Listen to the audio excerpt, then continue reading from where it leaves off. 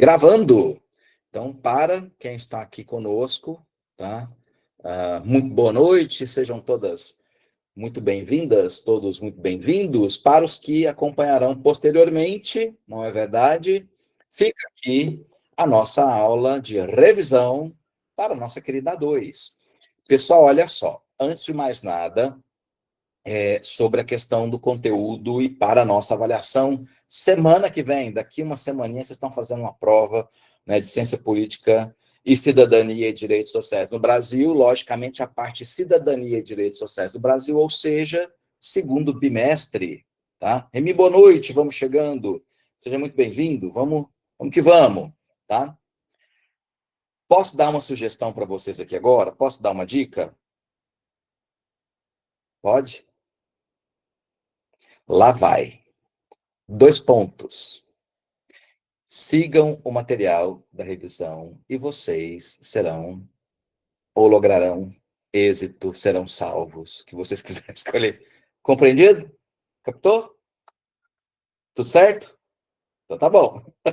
Tá? Gente, olha só. Esse material que eu vou começar a postar agora aqui, na verdade passar, eles já estão para vocês na rota. A gravação de agora vai chegar para vocês amanhã e até o final da manhã. Né? Como eu disse para vocês, quando a gente tem uma gravação muito extensa, a gente tem uma situação que o Meet ele pede um tempo para poder processar tudo, né? Então, demora um cadinho, como diria na minha terra, tá bom? Mas a gente consegue levar bem. Só estou aqui verificando o layout da minha tela agora, para a gente poder começar. Está tudo certo, todos estão me ouvindo, estão vendo. Então vamos que vamos. Pessoal, Rosimeire, obrigado. Caroline, Maiara, valeu, gente. Então, olha só, né? Eis que estamos na nossa última aula, né? Sentirei saudades de vocês, mas eu sei que é por uma boa causa que vocês irão partir para o segundo período, né? Mas o professor que aqui vos fala ficará aqui realmente, né, com o coração na mão. Agradeço aí toda a paciência, todo o engajamento, toda a dedicação. Eu sei que não é fácil. Toda noite aqui, ó, né? Seja nas aulas que estão gravadas, seja quando as aulas são remotas, né? Elas são síncronas. Tem atividade, tem material base, tem material complementar, tem rota, tem tudo. Né? Valeu, obrigado. Olha, fico aí muito satisfeito e feliz em saber que a gente está conseguindo aí cumprir, como eu sempre digo, né, a nossa função social, a gente está aqui por vocês. Pessoal, vamos que vamos, primeiro semestre está terminando, Poliana, também sentirei falta de vocês, tá? Mas, como eu disse, não é? Eis que as portas do segundo semestre estão chegando aí, estão se abrindo para vocês, não é? Mas desejo sucesso a todas e todos. Gente, a prova está dentro do que eu falei. Vão aqui pelo material da revisão e pelos exercícios lá do Educa. Não tem como ser diferente, tá? Então, hashtag cola que é sucesso, que vai, tá? Então, sem mais delongas, Gustavo, né? O que a gente pode preparar para a semana que vem? Então, bora aqui agora, ó. Né? A gente tem aqui uma situação de um material que eu já deixei separadinho, não é para vocês, mas antes de mais nada, mais uma vez, pessoal aí, muito obrigado. Maria Salomé, Cleidiane, Sayonara, muito obrigado, vamos que vamos. As profs do segundo período estão aguardando ansiosamente, todos e todas, tá certo? Vamos que vamos. Francisca, será? Mais uma vez aqui eu digo, né, sigam o material de hoje, tela por tela, vai dar tudo certo. Depois vocês vão confirmar comigo, tá certo? Então, pessoal, olha só. Aqui nós temos, né, para poder compreender cidadania no mundo de hoje, no ano de 2025, a gente começa num histórico relativamente recente, entre aspas, não é? Porque se a gente pega uma história da cidadania, uma história de direitos humanos, e aqui eu estou falando de direitos humanos, não o aspecto jurídico, o direito forte, aquele direito técnico, juridiquês, não, tá? A questão do quê? De um conjunto de direitos que garantem a dignidade de todas e todos, né? De todos nós, inclusive, que estamos aqui agora. E isso vai lá para uns 5.000, 7.000 anos atrás. A gente começa a ter uma situação de documentação aí de uns 4.000 anos para cá. Então, assim, de acordo com a história do direito, Declaração dos Direitos do Homem e do Cidadão é relativamente recente, né? Do ano de 1789, Revolução Francesa, tá? Então, aqui, sobre a Revolução Francesa, vocês vão verificar o seguinte: eu vou falar um pouquinho sobre a Revolução Francesa, um pouquinho sobre a Declaração dos Direitos Humanos de 1948 da ONU, um pouco de Constituição Federal, um pouco ali da parte voltada para com questões de direito à cidade, questões étnico-raciais, ou seja, o conteúdo. Mas como eu disse para vocês, e repito novamente, não é? Pega firme aí na revisão, pega firme na gravação, no material, que vai dar tudo certo. Vocês estão entendendo o que eu estou falando, né? Então vamos que vamos. Então, olha só, pessoal, aqui sobre a questão da Revolução Francesa, eu separei alguns tópicos que eu acredito que são interessantes, tá? Logicamente, aqui não tem como a gente colocar tudo, mas uma outra situação eu trouxe aqui para a gente poder. Ops, voltou. Pronto, voltou. Para a gente poder falar um pouquinho sobre, não é? Então, olha só, nós temos uma Declaração dos Direitos do Homem e do Cidadão. Declaração, como eu disse para vocês, é um documento que traz princípios. Ele diz, ele declara direitos. Então, nós vamos nos ater ao valor da palavra declaração. Ela diz, ela declara. Então, olha só, eu coloquei para vocês aqui alguns direitos que constam na declaração, tá? Mais uma vez, aproveitando, toda declaração, via de regra, tem um preâmbulo.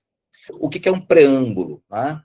O preâmbulo, ele vem a ser um pequeno texto que resume tudo que está dentro da declaração. E a Declaração dos Direitos do Homem e do Cidadão, ele tem um preâmbulo, e ele sintetiza tudo. Só que nós temos o quê? Nós temos artigos que eles vão trazer para nós os direitos que lá estão. Vocês estão vendo aqui nessa tela alguns deles. Não vou falar de todos, tá?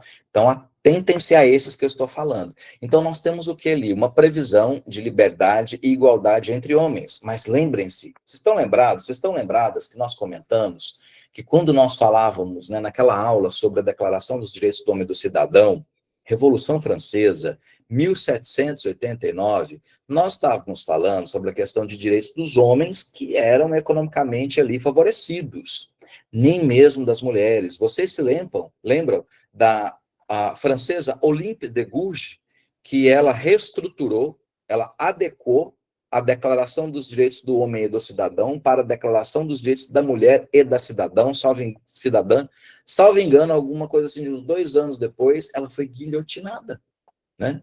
Então, quando nós falamos aqui, olha só, previsão da liberdade e igualdade entre homens, realmente homens e gênero masculino, e infelizmente a coisa ainda perdurou um tempo, tá?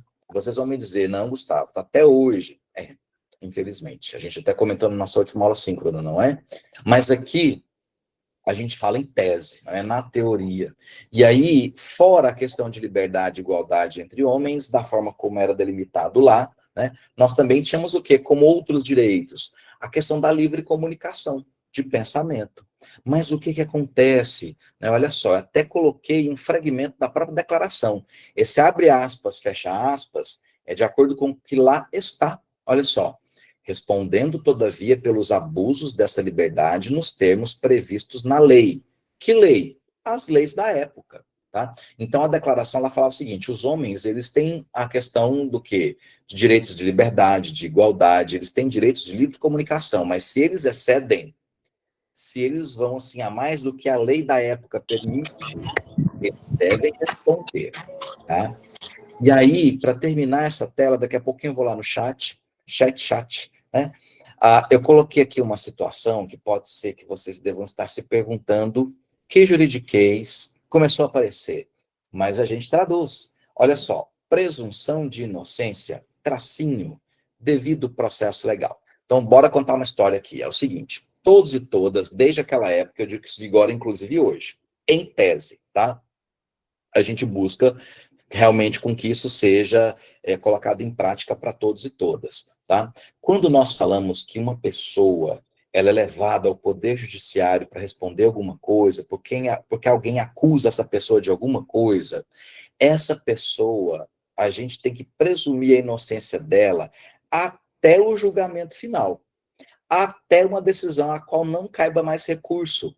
Quando a gente chega no momento em que lá no Poder Judiciário um processo ele vai acontecendo, ele vai caminhando e vai tendo recurso, chega uma hora que não tem mais como recorrer, agora eu vou trazer um juridiquês para vocês. Né? A gente diz que a situação transitou em julgado e a gente faz coisa julgada. Sabe o que significa? Que uma vez que a gente foi até o último recurso, que não tem mais como, a resposta final, ela obrigatoriamente tem que ser seguida. Então, o que acontece? Se lá no finalzinho, no último recurso, fica decidido que a pessoa ela é responsável mesmo por algo que aconteceu, a gente já não fala mais da presunção de inocência. Por quê? Porque a gente chegou no momento em que não havia mais como ter recurso e ela foi julgada ali, responsável, ela foi condenada, tá? E aí o que acontece? Depois do tracinho tem uma outra palavrinha-chave, na verdade, não é? Devido processo legal. Ou seja, o que significa isso? Para a gente responsabilizar alguém, né, a gente precisa verificar se realmente essa pessoa, frente a um conteúdo probatório, provas, aí nós temos provas documentais, nós temos provas periciais, nós temos provas testemunhais, tá certo? Então, tudo isso é analisado pelo juiz, pela juíza, no decorrer ali do processo, que é o que nós chamamos devido processo legal. O que significa isso? A parte acusada, ela pode, inclusive, apresentar provas, ela pode chamar a testemunha dela, a outra parte que está acusando pode fazer a mesma coisa, ou seja, o Poder Judiciário ele vai propiciar para ambas as partes, né, ali, momentos de fala e de defesa ou de acusação. É isso que significa devido processo legal. Então vocês vão me perguntar, caramba, então isso existe desde lá, existe até bem antes, milênios inclusive, tá certo? Mas o que é interessante para nós aqui num primeiro momento é a gente o quê? Verificar que a Declaração dos Direitos do Homem e do Cidadão, Revolução Francesa, tá? Que é um marco temporal importante para nós no que tange a recomeçarmos todo um estudo de direitos humanos para nós aqui hoje, 2025, é um ponto bacana. E aí nós temos esses direitos quanto outros, nós temos outros também, aqui são alguns, né, que estão previstos lá, ok? Estou indo aqui no chat, ó, estamos com acessar a plataforma, gente, olha só, sigam aqui a videoaula de hoje, tá certo? Sigam os exercícios que vocês já fizeram, vai dar tudo certo, tá bom? Ô Rosa, nossa, caramba, fico muito feliz, obrigado mesmo, de coração. Fico feliz aí em poder ajudar vocês, tá? Então, pessoal, olha só. Aqui, até agora, na verdade, alguma pergunta? Compreenderam todos esses pontos que eu já tratei aqui com vocês sobre a declaração? Valeu, Diana. Muito bom. Vamos que vamos. Vamos que vamos, tá? Então, olha só. Compreendendo aqui este ponto, tá? A gente já vai seguindo aqui para a próxima tela. Deixa eu ver aqui. E a gente já dá um salto no tempo, né? Olha só, vocês vão inclusive se lembrar, eu até acho que coloquei para vocês na rota de ONU, Declaração Universal dos Direitos Humanos, como leitura complementar, aquele livro da Lynn Hunt, historiadora, a história, né, a invenção dos direitos humanos, né? E Lynn Hunt, ela coloca o seguinte, olha, a gente teve um salto de mais ou menos uns 150 anos, as pessoas ainda não estavam entendendo bem essa questão de igualdade mesmo, efetiva, né? Então a gente aproveitou o quê? O século XX, infelizmente, duas grandes guerras na primeira metade do século XX, e aí quando nós chegamos no final da Segunda Grande Guerra, que foi no ano de 1945, a humanidade fez nascer uma organização para poder cuidar da nossa paz, da nossa dignidade, enfim, da harmonia entre todas e todos. E aí nisso surge a Organização das Nações Unidas, doravante aqui chamada ONU. Como eu disse para vocês, a ONU ela tem atualmente 193 estados. Quando a gente fala no plano internacional de países, a gente chama os países de estados. Então, nós temos 193 países vinculados à ONU, tá? Quando a gente chegou no ano de 1948, nós tivemos aí o quê? Nós tivemos a promulgação, a publicação de uma Declaração Universal dos Direitos Humanos. E aí, essa declaração é uma declaração que ela contém 30 artigos. Em cada artigo vai trazer um direito, se assim eu puder dizer, tá certo? Eu trouxe para vocês aqui alguns, da mesma forma que a gente comentou ali da Declaração dos Direitos do Homem e do Cidadão da Revolução Francesa, eu trouxe para vocês aqui alguns direitos da Declaração dos Direitos Humanos de 1948, da mesma forma eu falo, sigam esses, semana que vem. Então, olha só, a ONU, a Organização das Nações Unidas, né, Daiane? Acho que vamos, né? A Organização das Nações Unidas, ela proclamou, então, essa declaração, tá, por meio da sua Assembleia Geral. Pessoal, o que é uma Assembleia Geral de uma organização internacional? É uma Assembleia que contém ali todos os envolvidos, todos os membros. Então, todos os membros, à época, eles participaram, tá? E foi proclamada, né, ali pela Assembleia, essa declaração. Como eu tinha dito para vocês, é uma declaração com 30 artigos, e é o seguinte, ela não tinha por finalidade atingir somente quem já era membro naquela época, tá? Inclusive hoje, tá? Vocês vão perguntar assim, Gustavo, então peraí, deixa eu entender um negócio. Nós temos 193 países vinculados à ONU, ok? Ok. Gustavo, nós temos mais do que 193 países no planeta Terra? Temos mais do que 193, nós temos mais que 200. Eu acredito que eu me lembro que eu comentei com vocês, né, lá na época da aula, olha, quando que a gente consegue verificar até eventos que a gente consegue verificar aí um quantitativo a mais do que o 193. Geralmente, aí, quando a gente vai para as Olimpíadas, né, que tem ali a abertura e o desfile das delegações, dá mais de 200. Então, assim, a gente tem uma situação de que oficialmente vinculados, conectados à ONU, são 193. Vocês vão me perguntar assim, uai, Gustavo, por que os outros não estão? Pessoal, geralmente conflitos, guerras, eles atrasam um pouco, esses eventos fazem atrasar muito a questão do vínculo desses estados com a ONU. Até já comentei com vocês, por exemplo, o caso do Estado palestino, ele não faz parte dos 193 estados vinculados ali à ONU, mas grande parte dos estados já reconhecem o Estado palestino como Estado, como país, e eles mantêm relações diplomáticas. O Brasil mesmo, inclusive, reconhece. Então, nós temos mais que 193. Então, essa declaração, ela não foi feita só para os oficiais, hoje, 193. Foi feita para todos e todas, olha só. Ideal a ser atingido por todos os povos e nações, tá? Não somente pelos Estados-membros. E aí eu coloquei para vocês o quê? Alguns direitos que a declaração prevê.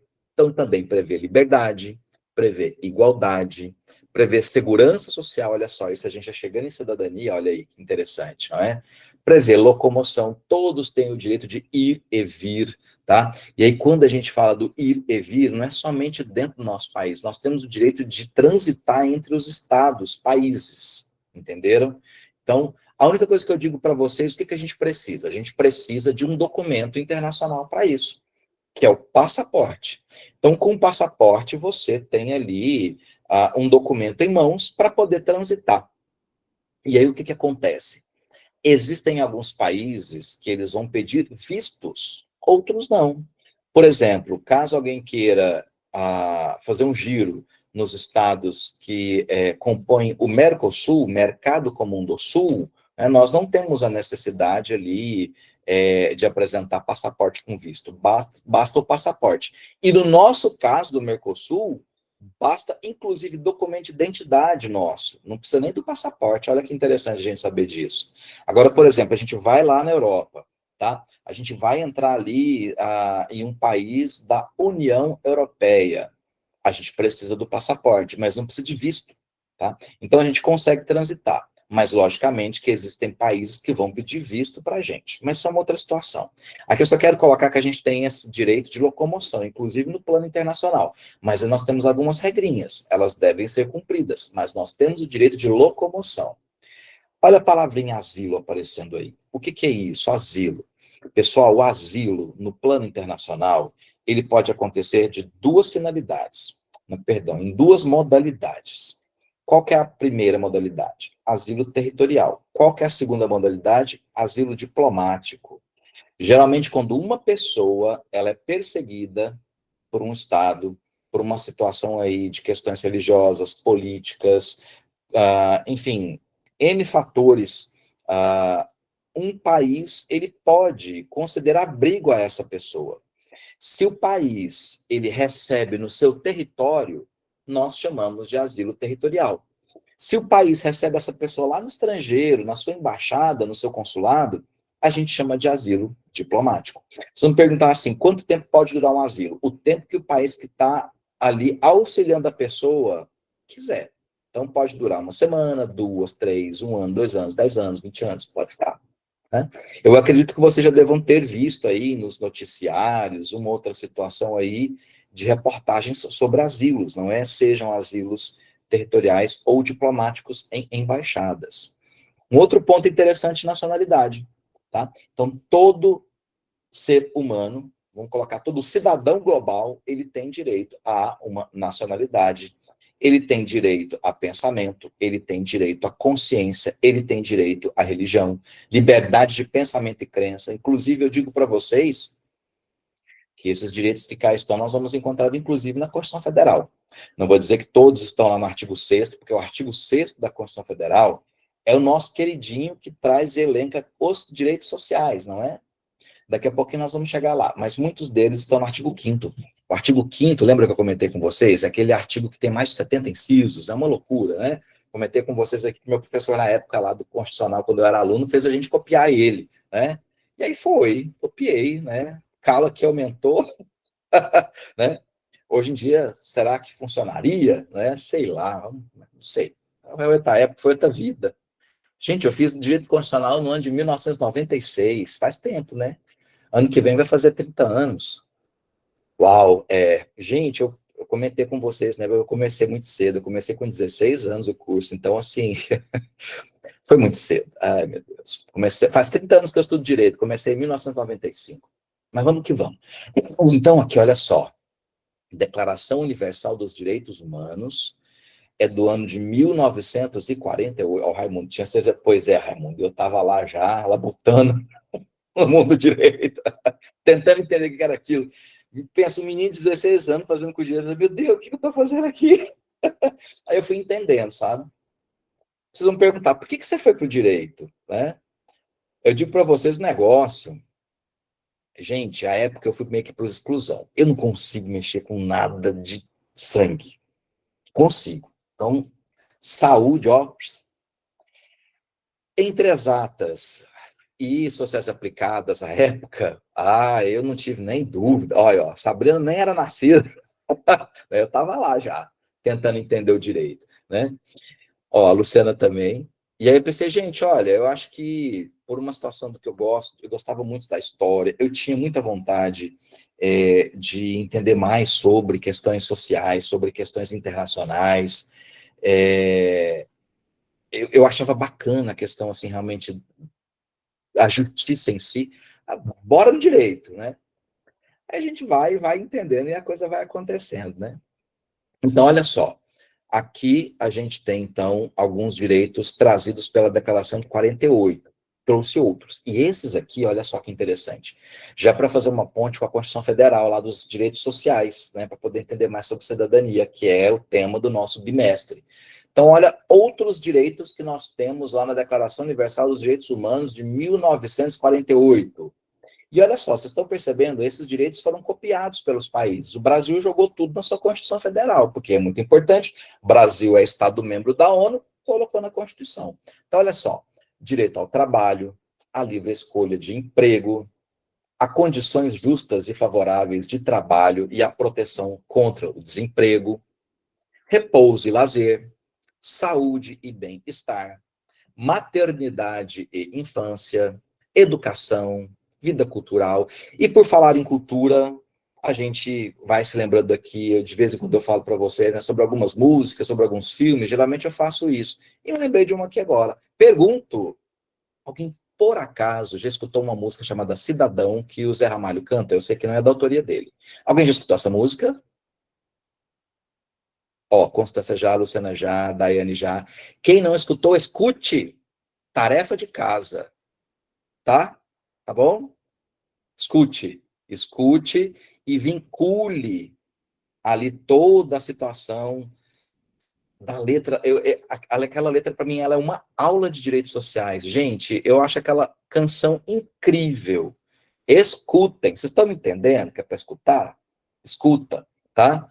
E contextualiza com o que a gente está verificando, né? Então, assim, esses direitos que cá estão, a gente ainda está na Declaração de 48 da ONU. Eles vão para a nossa Constituição Federal. Tanto, olha só, se vocês puderem gravar essa telinha aí, ó, dá um print nela. Por que eu falo isso? Quando eu chegar na tela dos direitos sociais na Constituição Federal, ó, vocês vão ver que vai ser um Ctrl-C, Ctrl-V. Deram um print aí da tela ou tiraram uma foto pelo celular, quem conseguiu, vocês vão falar, às vezes eu estou aqui no celular, Gustavo, acompanhando, então dá um print, tá? Vocês vão ver. É um Ctrl-C, Ctrl-V, tá? Então, é isso que a gente chega na nossa querida Constituição Federal de 88. Vocês vão se lembrar da aula que a gente teve ali o período do regime militar, nós tivemos ali no ano de 67 a Constituição Federal, que teve uma emenda constitucional em 69 que alterou significativamente o texto da Constituição de 67. E aí a coisa foi caminhando realmente para uma reabertura para com questões ali de democracia e efetividade de cidadania para todas e todos. Tivemos o movimento de Atas Já, né, muito forte ali em 1984, 85, e chegamos ali na Constituição Federal de 1988, promulgada no ano de 1988, que atualmente, né, a nossa Constituição vigente, também conhecida como Constituição Cidadã. Olha aí, o que eu realmente busquei fazer foi um apanhado aí em relação à disciplina, para a gente poder ter aí uma sistematização bacana. A nossa Constituição, ela carrega aí esse nome, né, não oficial, mas é uma Constituição cidadã. E aí, olha que interessante, eu coloquei aqui para vocês a priori, a princípio, olha o juridiquês, às vezes é sem querer, desculpa, 3 artigos. Então, bora aqui para o primeiro artigo, que vem a ser o primeiro. É o primeiro artigo. Lembrem-se, eu comentei com vocês, nós temos uma Constituição Federal que ela possui 250 artigos. Mas o que acontece? Em 250 artigos, a gente não consegue prever tudo. Por isso que a gente tem essas mais de 15 mil leis, porque elas vão detalhar muita coisa. Elas vão detalhar tudo, né? E se elas ainda não descobriram, vai nascer uma que vai buscar fazer a coisa acontecer. Então, olha o que diz o primeiro artigo e é importante, tá? Então, atenção. Olha o que diz o cabeçalho do artigo 1º. A República Federativa do Brasil, formada pela união indissolúvel dos estados e municípios e Distrito Federal, constitui-se em Estado democrático de direito e tem como fundamentos 2 pontos. Quero aqui tirar 2 informações que estão escondidinhas do cabeçalho. A primeira delas, vocês estão vendo que na primeira linha a gente termina com a palavra união? Estão vendo? Está lá união. Só que aqui ela está como uma situação de o quê? Né, de agregar. Mas nós temos os entes federativos. E quais são eles? Nós temos os municípios, o Distrito Federal, os Estados-membros e nós temos a União. Né? Então, os entes federativos, né, juntos, né, eles formam a República Federativa do Brasil. E aí, um ponto interessante também que está colocado aí para vocês é a palavra-chave, Estado Democrático de Direito. O que significa isso? Que nós vivemos uma democracia. Bora aí, né, lembrar um pouquinho do que a gente estudou em ciência política no primeiro bimestre. Os pensadores antigos, Grécia Antiga, Roma Antiga, foi caminhando no tempo ali, a época do Renascimento, né, séculos 17, 18, a gente estudou muito isso, não é? Então, a questão realmente do quê? Do povo e o poder sendo emanado pelo povo e a gente respeitar a vontade da maioria. E quando a palavrinha democrático ela é colocada, ela diz o seguinte, olha, a gente tem que respeitar as pessoas têm direitos, elas têm deveres também, mas elas têm direitos, e esses direitos devem ser respeitados, pessoa para pessoa e o próprio Estado para a gente. Né? Então, Brasil para o Gustavo, Tocantins para o Gustavo, Palmas para o Gustavo, cidade de Palmas. Então, assim, o que acontece? Por quê? Porque uma vez que a gente faz tudo certinho, né? Valdir, eu não discordo de você não, viu? A situação parece... Gente, olha só, vamos fazer aqui um parênteses, porque a fala do Valdir é interessante, né? Parece que desde que o mundo é mundo, a tal da democracia. Se eu puder aqui, com todo respeito, eu acho que vocês vão entender, mas a gente não consegue conectar a democracia a uma outra palavra-chave, que é a seguinte: amor ao próximo. É difícil, não é? Olha, Elisânia, só na teoria, Valdir, né? Gente, a situação da democracia, a situação do amor ao próximo, a situação realmente do respeito à dignidade humana, né? Cuidado com o poder, cuidado com a questão de dominação. Meu Deus, eu acredito que é uma das nossas, agora aqui externando o moral subjetivo, eu acredito que é uma das nossas missões na Terra, é a gente evoluir em relação a isso, porque, caramba, é difícil, não é não? Né? Eu estou tentando lembrar aqui agora, olha só, Mário Sérgio Cortella, quem aqui já assistiu alguma palestra do professor Cortella? Né, pela internet ou pela TV, alguém já viu? Educador? O Raimundo, sim, a Luciana, a Lorena. Vocês vão, então, lembrar dele. Eu me lembro de ter visto uma fala dele, que está conectada a isso que nós estamos falando, eu já volto aqui para nosso assunto. Não está fora, não, tá? Ele falou que parece, salvo engano, a Nájila também conhece. Então, eu me lembro dele dizer o seguinte, que parece que ele foi seminarista. E parece que teve uma situação de uma missa, de um evento na igreja, que estava assim, abarrotado de fiéis, mas assim, a perder de vista, aquele monte, sabe? Era gente assim que você não viu o final. E ele estava auxiliando ali os padres, ou padre, ou bispo, não sei, né? E dentre algumas coisas que ele falou que ele fez, me parece que quando tinha que levantar, ele fazia assim, o pessoal levantava, né? Ele fazia assim, o pessoal sentava. Ele fala, gente, eu faço assim, o povo levanta, eu faço assim, o povo senta. Isso é bom demais. O povo tudo tá fazendo o que eu quero. Agora que ele falando, pensando, né? Isso aqui é bom demais, isso aqui eu mando o povo levantar, o povo levanta. Eu mando o povo sentar, o povo senta. Isso aqui é muito bom. Aí ele falou que ele pensa assim, opa, é perigoso. Isso é muito perigoso, porque se a gente não tem a devida consciência em relação a isso, pensa o que a gente pode fazer. Aí ele disse que abandonou ali o seminário, pelo que eu me lembro da história, foi ele mesmo, né? Então, olha só o perigo, né, da dominação e do poder, e é uma coisa que a gente comentou muito dentro da ciência política no primeiro bimestre, né? Dominação e poder, Estado. Lembra, a gente falou que o poder emana do povo, mas nós temos o quê? Nós temos a figura do Estado, nós temos os governantes que vão instrumentalizar esse poder no Estado, né?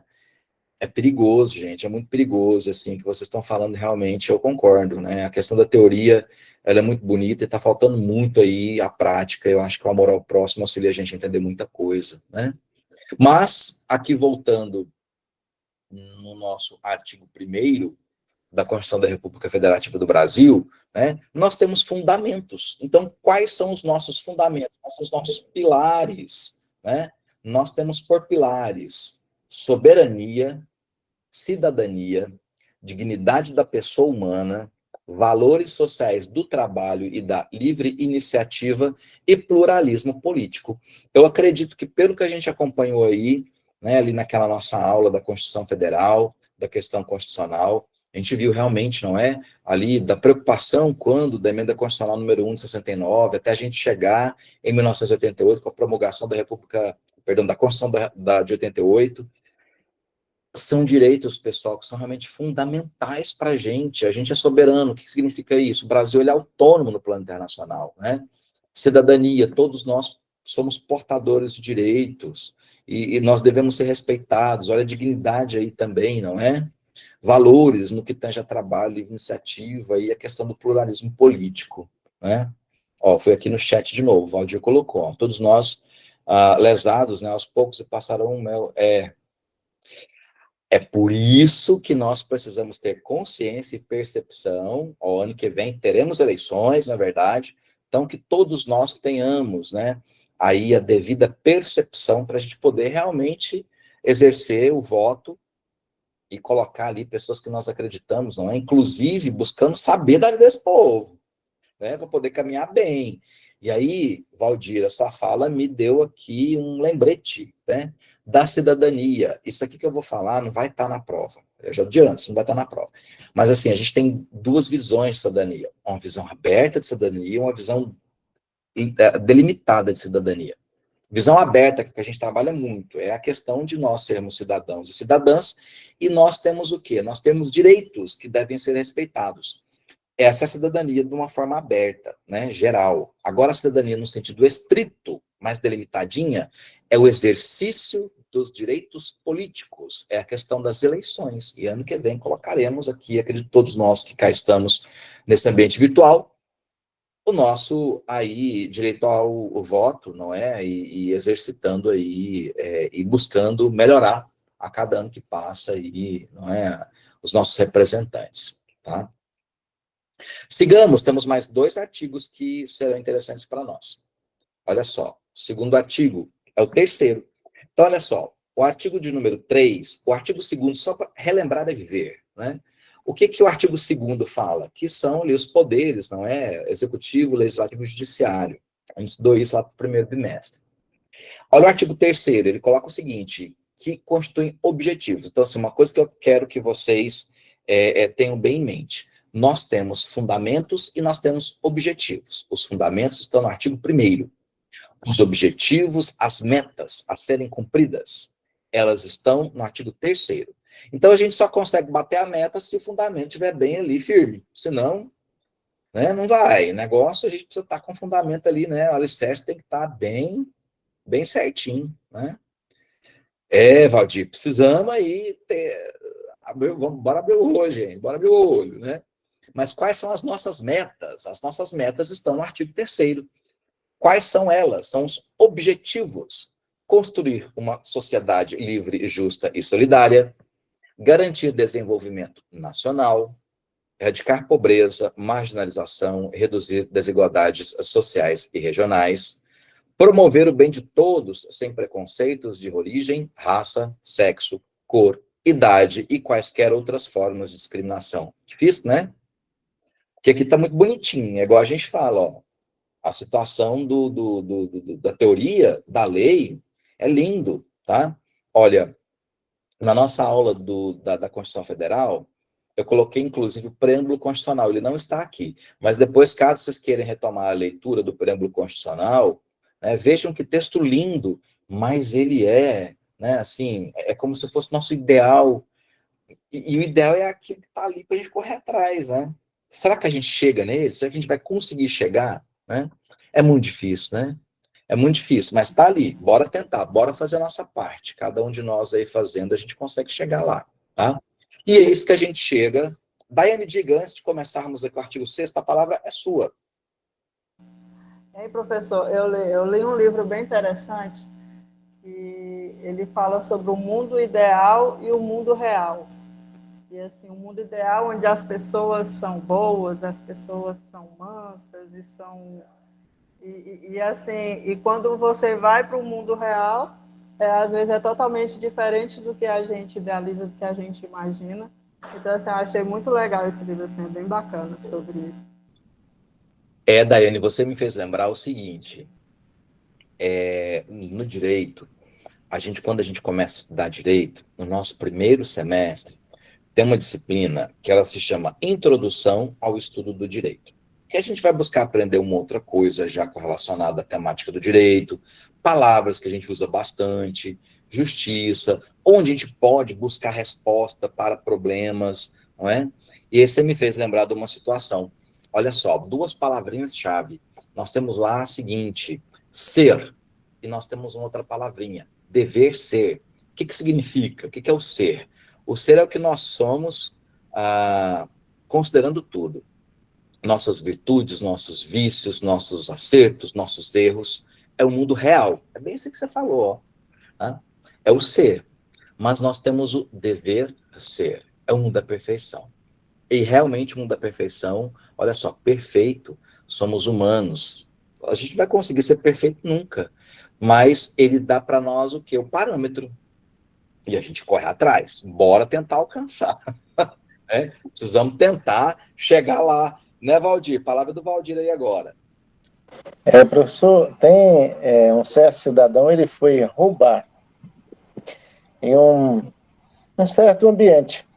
E ele fechou os olhos e entrou no ambiente e todo mundo olhando para ele, aquela cena.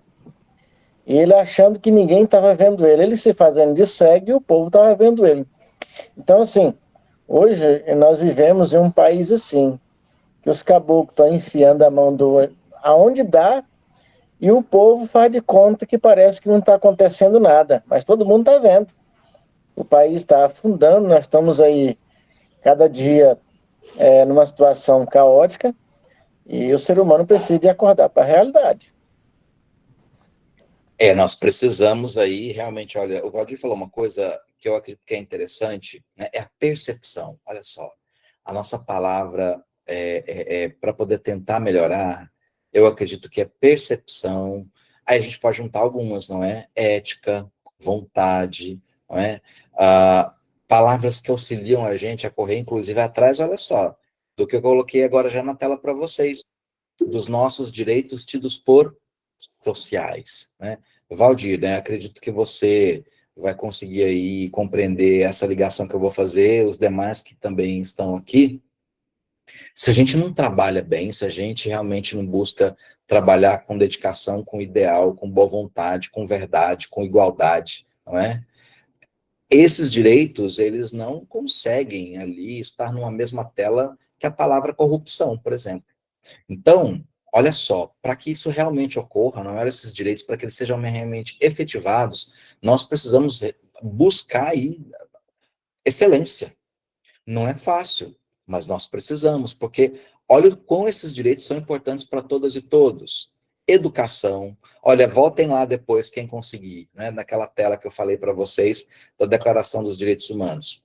Educação, saúde, alimentação, trabalho, moradia, transporte, lazer, segurança, previdência social, proteção à maternidade e à infância e assistência aos desamparados. Pergunto para vocês, a gente consegue colocar em prática isso sozinho? Não consegue. O Estado consegue sozinho? Não consegue. A gente precisa unir forças, e nisso vem mais pessoas. E uma outra palavrinha-chave aparece para a gente, políticas públicas. Então, realmente, é algo importantíssimo para que a gente realmente tenha em mente e a gente busque e a gente lute aí contra corrupção. Porque, pessoal, com corrupção, nada disso aí vai acontecer efetivamente. É muito difícil, eu sei que é difícil, mas se cada um buscar fazer a sua parte, a gente consegue aí trazer um mundo melhor. Acredito que muitos de vocês são pais e mães, não é verdade? Para quem é pai, para quem é mãe, o que vocês estão buscando para os filhos de vocês? Um mundo melhor, não é verdade? Para os filhos, para os netos. Então, a gente precisa realmente aí correr atrás disso, né?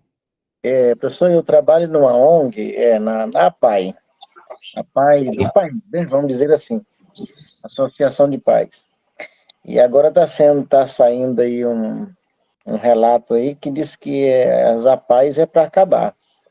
Agora você imagina como que essas crianças que dependem de uma APAE vai se atar com essa situação. Por quê? Eles têm que liberar recursos e eles não estão querendo fazer isso. Outra coisa, porque eles não estão tendo retorno. Para eles estão tendo prejuízo. Mas o dinheiro sai do bolso de quem? Do meu, do seu e dos nossos bolsos. É nós que contribuímos para essas ações. E para eles se manterem e viverem bem. E nós? Nós comemos a menor fatia do bolo e somos massacrados o tempo todo. É bem isso. Olha só, quão importante. Se a gente compactua com que isso aconteça e continue acontecendo, como que a gente vai conseguir trabalhar a efetividade da cidadania e dos direitos sociais? Olha, a questão da PAI, ela realmente ela cabe muito bem aqui, Valdir e demais, no que nós estamos aqui analisando. Se a gente for verificar, perdão, olha, é uma situação que está conectada à educação, está conectada à infância, está conectada aí a alguns direitos que aqui estão. Então, como que a gente faz? Realmente é muito difícil. Assim, uma das coisas que eu digo para vocês, pessoal, é assim, se eu puder deixar aqui uma sugestão, né, Defensoria Pública, Ministério Público, a gente estudou algumas situações voltadas a isso no nosso primeiro bimestre. Só me dizer, Gustavo, a gente já conhece o papel da Defensoria, a gente já conhece o papel do Ministério Público, mas aqui nós estamos no momento de enfatizar a importância desses órgãos na defesa dos nossos direitos difusos, dos nossos direitos sociais. Então, acredito que aí são órgãos importantíssimos para a gente poder buscar aí correr atrás, tá? Dos nossos direitos, que infelizmente, né, Valdir, eles são tão desrespeitados, mas bora que seguir e tentar verificar a cada dia o que a gente consegue fazer. Não é fácil, mas vamos que a gente vai buscando aí melhorar aos pouquinhos. E a gente tem uma outra temática, né, Valdir? Vamos aqui, direito à cidade. Pessoal, direito à cidade, a gente teve uma aula que ela não foi síncrona. Direito à cidade ficou gravado para vocês. A gente falou muito sobre a questão do ambiente urbano, mas eu me lembro que antes de a gente falar do ambiente urbano, a nossa aula anterior, no finalzinho, a gente comentou muito sobre a questão de reforma agrária, a gente falou sobre a questão do núcleo base, ali, né, da regularização fundiária que está na Constituição Federal. Quem tiver dúvida, quiser saber um pouquinho mais, leiam aí dos artigos 184 até o 191, um atrás do outro, da Constituição Federal. 184 até o 191. Ele trata sobre questões fundiárias rurais. Sobre questões urbanas, é o artigo 182 e 183. Mas acontece que o artigo 182 e 183, que busca garantir o quê? Uma questão de acesso à moradia, há uma questão de regularização aí no que tange, né, a propriedades urbanas, acesso a vários direitos voltados à questão da propriedade em ambiente urbano. Só os artigos 182 e 183 da Constituição Federal, eles não conseguem trazer isso tudo. Então, a gente tem uma lei própria, que é a lei número 10.257, que é o Estatuto da Cidade. Ele auxilia a Constituição Federal em todas essas situações. E um ponto em específico aqui para a nossa revisão, eu trago que vem a ser o plano diretor. E o plano diretor, pessoal, é o seguinte, ele está ali no no Estatuto da Cidade, dos artigos 39 a 42. Mas são diretrizes, porque cada município vai legislar e vai elaborar o seu plano diretor. Só que vocês vão perguntar assim, Gustavo, os mais de 5.000 municípios que nós temos no Brasil, todos são obrigados a terem plano diretor? Não, não são todos, tá? Olha só, eu coloquei para vocês, dentre outras situações, municípios que são obrigatórios, né, a fazer constar o plano diretor. O que é um plano diretor? O plano diretor é um documento, ele vem por meio de uma lei municipal, tá? Então vai ser o quê? Vai ser analisado, vai ser votado lá na Câmara de Vereadores, vai para o prefeito ele sanciona, ele aprova, e aí passa a vigorar, tá? Ele vai trazer o quê? Ele vai trazer as diretrizes ali do município que devem ser seguidas, questões de estrutura, questões, inclusive voltadas a políticas públicas, a uma situação realmente de melhoria da vida das pessoas, questões sociais, a situação de regularização fundiária urbana. Então, eu coloquei para vocês aí pelo menos 4 tópicos de municípios que obrigatoriamente devem ter plano diretor. Todo município que tenha mais de 20.000 habitantes, ele precisa ter plano diretor. Todo, tá?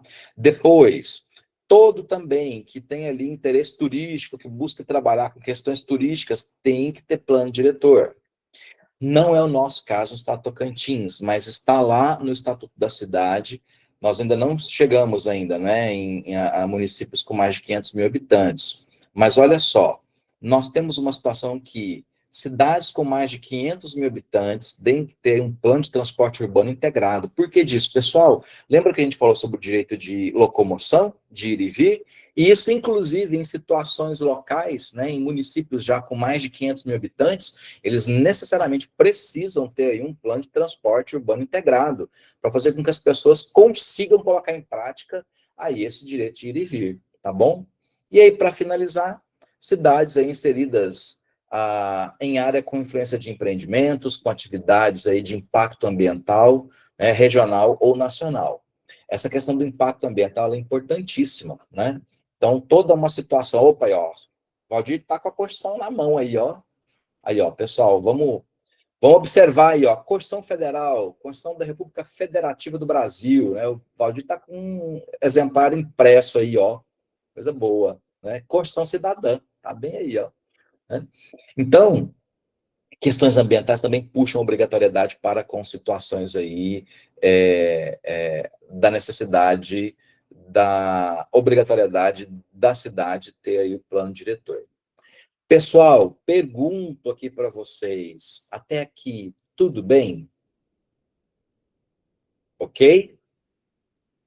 É um ponto interessante, bora estudar isso daí, tá certo? Jesus, Aí tem o que eu misericórdia fiz? de mim. Vamos que vamos, vai dar tudo certo.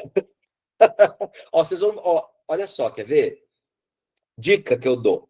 Quem já está com acesso ao material que está lá no AVA, né, AVA, perdão, no Educa, na rota de aprendizagem, vocês vão ver o seguinte, são bloquinhos, são 6 bloquinhos. Não sei se questõezinhas, são 6 blocos. Geralmente um bloco ele vai ter mais de uma paginazinha. Então, assim, vai facilitando. Olha só aqui essa tela. Essa tela aqui, a gente já falou sobre ela, né, quando a gente falou sobre a questão dos objetivos, né, do desenvolvimento sustentável. Ingrid, vai dar certo. Sigam a revisão, né, que vai dar tudo certo. Pessoal, aqui nós temos 17 ODS. O que são as ODS? Objetivos de Desenvolvimento Sustentável. Elas foram propostas pela Organização das Nações Unidas para a gente poder trabalhar melhor o mundo onde nós estamos inseridos, né?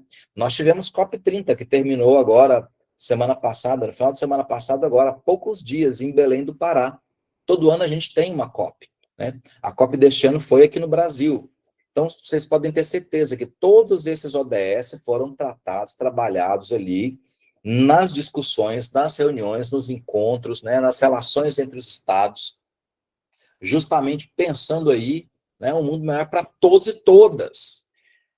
O que eu digo para vocês aqui, não fica com medo não, Francisca, porque o ODS que nos importa está na próxima tela. Isso aqui é só vamos dizer assim, um introito, mas para nós é o da próxima tela. Mas já que a gente está aqui nessa tela, vamos ver quais são os 17 que hoje nós temos? Não, a Karine já matou a charada, é o 18º. Olha só, o 1, erradicação da pobreza, fome zero e agricultura sustentável, saúde e bem-estar, educação de qualidade, igualdade de gênero, água potável e saneamento, energia limpa e acessível, trabalho decente e crescimento econômico, indústria, inovação e infraestrutura, redução das desigualdades, cidades, comunidades sustentáveis, consumo e produção responsáveis, ação contra a mudança global do clima, vida na água, vida na terra, paz, justiça, instituições eficazes e parcerias e meios de implementação. Essas são as 17 ODS globais. Mas vocês vão se lembrar que quando a gente teve a nossa aula, que ficou gravada, que foi para a semana passada, né? Gente, mas o fórum deu uma dorzinha de cabeça para nós, não deu? Meu Deus do céu, mas deu certo no final, não deu? Todo mundo acessou.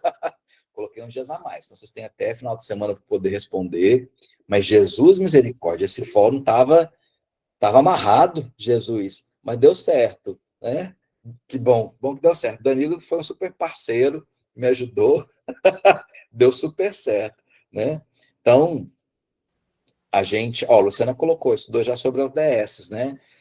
Ótimo, essa ia ser uma coisa que eu digo para vocês, estão percebendo que os ODS, eles estão vinculados, conectados em basicamente todas as nossas áreas, não é? Que a gente ali inserido, né?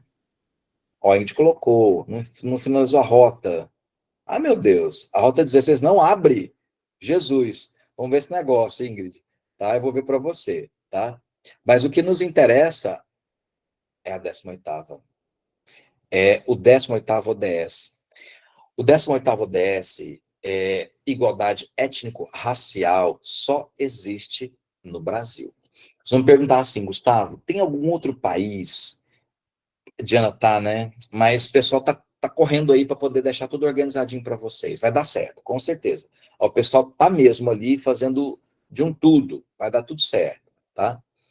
Nós temos países que possuem aí também um 18º ODS, mas no nosso caso no Brasil, nós temos constância. Vai estar aberto até domingo, eu acho, tá? Então, vocês conseguem fazer, tá? Que é justamente sobre esse ODS aqui, tá? Então, olha só, no Brasil nós temos aí a questão da igualdade étnico-racial, tá? A gente tem aí realmente uma situação que para nós é importantíssima.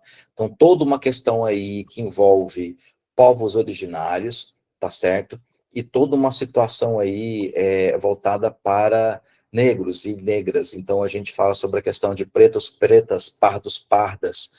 E isso é realmente algo que, na aula da semana passada, infelizmente eu digo, porque são situações muito tristes que fazem parte da nossa história, e aqui eu já busco desenvolver com vocês. Nós temos aí, acho que mais umas 4 telas para terminar, tá? Realmente aqui a questão étnico-racial é o último ponto da nossa revisão, tá? E atenção a esses tópicos, que eles são importantes para a semana que vem. Então, assim, toda essa situação não é da escravidão no Brasil, esse grande fluxo de pessoas que foram retiradas ali dos locais de origem para poder simplesmente serem escravizadas e maltratadas e terem dignidade ferida e realmente servirem de coisas, né, para poder fazer com que pessoas conseguissem alcançar os seus objetivos, não se importando com pessoas, com o sentimento das pessoas, com a família das pessoas. Então, realmente, direitos humanos foi algo que foi totalmente deixado de lado para com situações aí na história do Brasil, para com as questões étnico-raciais, quando aí do sistema escravagista, quando ele foi implantado, não é? Então, direitos humanos, pessoal, não tinha respeito a direitos humanos em relação a isso, tá? E aí eu coloquei para vocês aqui nessa tela, a Daiane pediu a palavra. Daiane, diga. Professor, quando eu fui estudar mais um pouco sobre esse assunto, eu estudei sobre a prática eugenista. Eu fiquei escandalizada acho que nem quando eu estudava o ensino fundamental, não assustador, estudei né, sobre Daiane? isso. Então, assim, eu fiquei impactada Assustador. com essa prática. É terrível. É assustador. Até um ponto que eu acho que ela não vai estar aqui, mas olha só, o que a Daiane está falando é importante, vocês vão se lembrar da aula passada.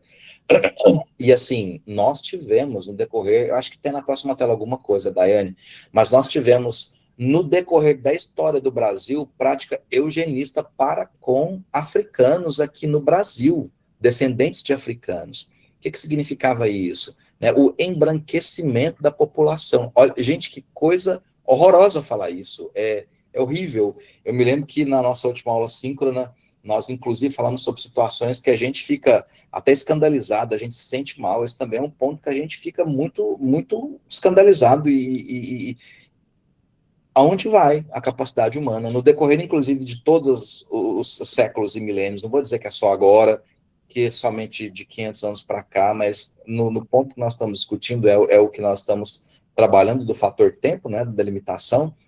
Pessoal, estou vendo aqui no chat, ao fórum, né, do quadro 11. Deixa eu verificar, vamos ver se a gente consegue. Não posso dar uma resposta para vocês agora, mas eu vejo com o pessoal a gente consegue aí, tá bom? Vou pedir, deixa que eu vou pedir, tá certo? Mas, enfim, na próxima tela, Daiane, a gente tem algumas coisas sobre, né? A gente vai falar, inclusive, a respeito disso.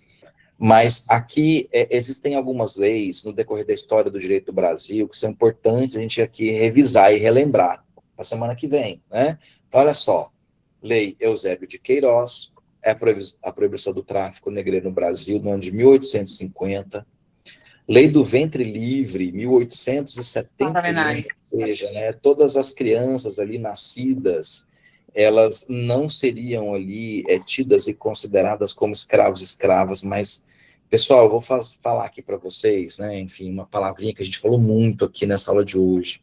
Em tese é uma coisa, na prática é outra, porque até os próprios efeitos, pensem só, as pessoas que dominavam, que tinham poder, elas estavam abertas a realmente a essas crianças que estavam nascendo integrarem-se aí à sociedade e se desenvolverem, educar essas crianças, fazer com que elas tivessem uma profissão, seguir bem, constituir família? Não era interesse, não era interesse, né? Muito triste falar isso, mas é o que a gente tinha naquela época, tinha ainda tem, não é? Quando a gente fala sobre a questão aqui da lei do sexagenário, do ano de 1885, ou seja, chegando aí aos 60 anos, a pessoa era considerada liberta, né? E a Lei Áurea que veio aí no ano de 1888, Brasil, o último país das Américas a abolir a escravidão. Então, realmente, assim, é um assunto muito triste. Eu comento e sempre falo com vocês, não é? Quando a gente fala sobre cidadania, quando a gente fala sobre direitos humanos, eles têm as situações que realmente nos envergonham. E eu acredito que essa situação, olha aí, Daiane, que a gente estava comentando, não é?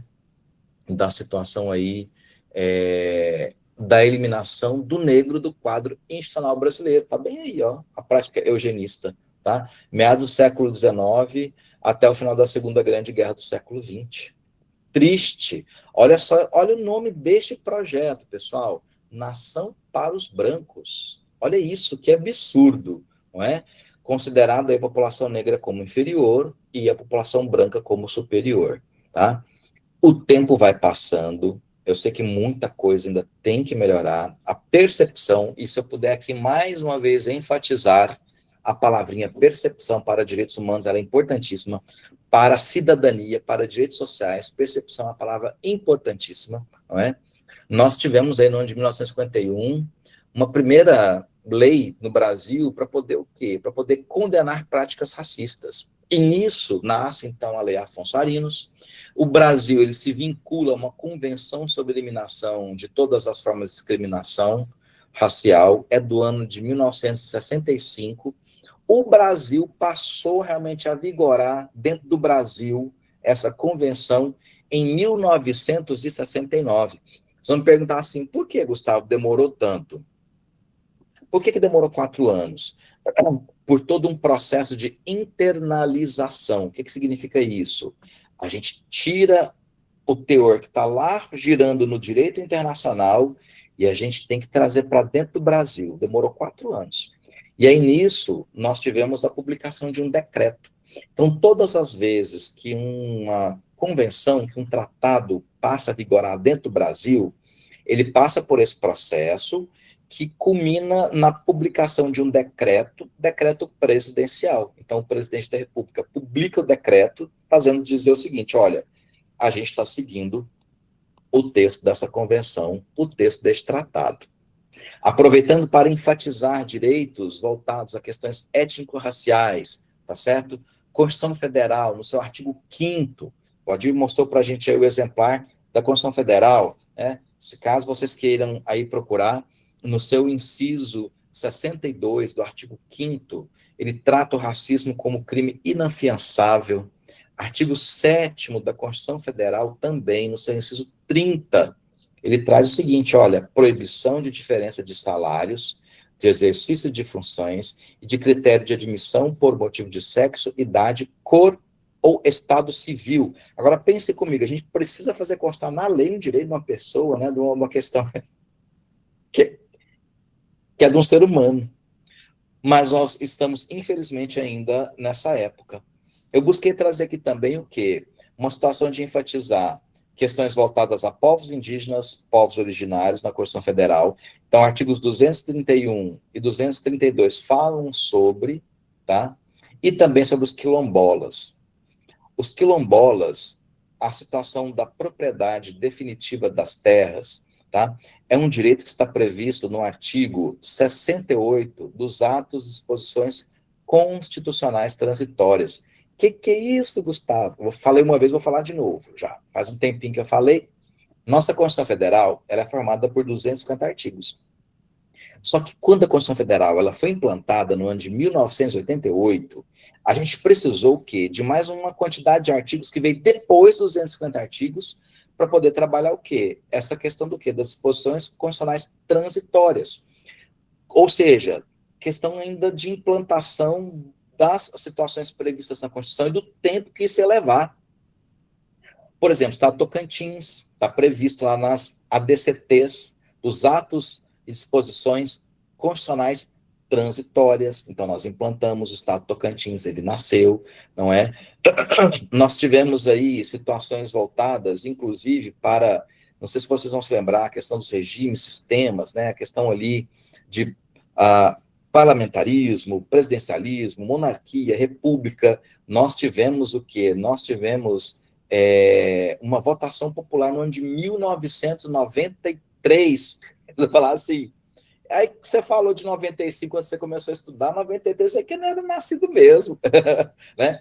Mas quem já tinha percepções, já fazia parte deste mundo no ano de 1993, vai se lembrar aí desse momento que a gente comentou aqui agora do plebiscito. Teve lá em 93, e a questão da regularização das terras dos quilombolas, né? Ou seja, da população ali descendente dos africanos que foram escravizados, né, que tiveram ali toda uma questão ali de ainda dúvidas sobre a propriedade, domínio das terras, vem Constituição Federal para poder trazer a situação. Então, nós temos um conjunto ali de dispositivos na Constituição Federal que busca trazer informações a respeito desses direitos sociais, enfim, voltados a questões de cidadania, tá certo? Mais um slide a gente termina, prometo, tá? Só que para enfatizar legislações voltadas a questões étnico-raciais, nós temos uma lei do ano de 1973, a Lei 6.001, que é o Estatuto dos Povos Indígenas ou Estatuto dos Povos Originários. Oficialmente, se vocês forem abrir ali a lei, e lembrem-se do que eu falei, tá? Todas as vezes que vocês forem abrir uma lei na internet, abram pelo site do Planalto. Vocês podem digitar no Google o número da lei. Primeiro que vai aparecer, vai estar lá Planalto. Clica nessa lei do Planalto. Por quê? Porque vocês vão direto no site da Presidência da República e a lei ela vai estar o quê? Atualizada. Por que eu digo isso? Porque a lei ela pode ter ali alguma alteração, ela pode ter algum ajuste e é perigoso a gente o quê? Acessar uma lei desatualizada. Então vai no site do Planalto, tá? Lá a lei número 6.001 de 73, ela é chamada de Estatuto do Índio. Mas eu acredito que tão logo isso possa acontecer, nós teremos ajustes aí para Estatuto dos Povos Indígenas ou dos povos originários, tá certo? Deixei alguns direitos voltados a questões sociais e de cidadania, que lá nós encontramos no Estatuto, tá certo? Direitos civis e políticos, trabalho, acesso e proteção à terra, bens e renda, educação, cultura e saúde. Nós temos o Estatuto da Igualdade Racial do ano de 2010, Lei 12.288, temos também aí direitos sociais previstos, saúde, cultura, educação, esporte, lazer, liberdade de consciência e de crença, acesso à terra, moradia, trabalho. Pessoal, vocês estão percebendo que desde a Declaração de 48 da ONU, a gente vem falando, esses direitos vão se repetindo? Então, a gente realmente verifica, são direitos sociais previstos, e eles vão sempre estar o quê? Sempre fazer constar, tá?